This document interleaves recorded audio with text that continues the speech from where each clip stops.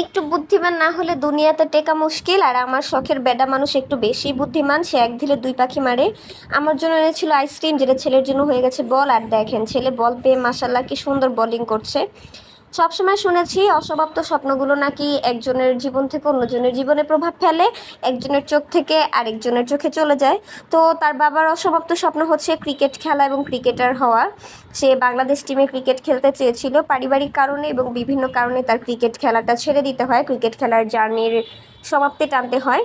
কিন্তু তার সেই স্বপ্নটি সে গেঁথে দিয়েছে ছেলের জীবনে। যেদিন থেকে জেনেছে পৃথিবীতে তার সন্তান আসবে, সেদিন থেকেই সে ডিটারমাইন্ড ছিল যে তার সন্তানকে সে ক্রিকেট খেলাবে, সে নিজে সন্তানকে বলিং ব্যাটিং শেখাবে এবং ট্রেনিং দিবে। তো আমাকে সবসময় সেভাবে প্রিপেয়ার করতো যে প্রিয়া, আমার ছেলেকে বা মেয়েকে আমি কঠিন অনুশাসনে রাখবো, অনেক বেশি পরিশ্রম করাবো।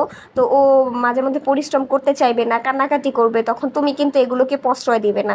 তুমি আমার কাজ আমাকে সুন্দরভাবে করতে দিবে, যেন আমি আমার অসম্পূর্ণ স্বপ্নটি ওর মাধ্যমে পূরণ করতে পারি।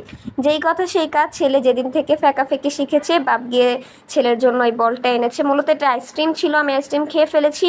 আর ছেলের জন্য এনেছে বল। এক ঢিলে দুই পাখি, বাটা কি চালাক হইলে এমন ক্রিমিনালগিরি করে।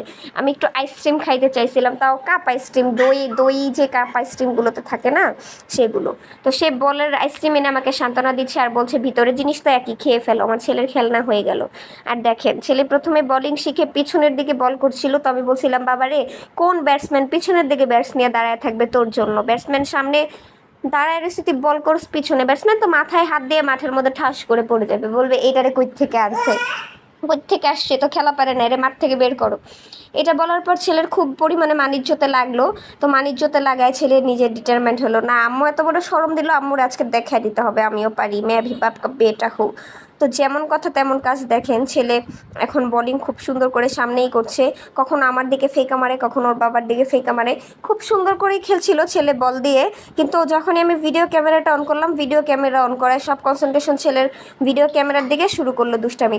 আর অনুগ্রহ করে আপনারা আমার ব্যাকগ্রাউন্ডটাকে ইগনোর করবেন, কারণ সকালবেলা উঠে আমি তখনও বিছানা গুছাইনি, মশুরিটা দেখছেন কীভাবে জানালায় গুজে রেখেছি।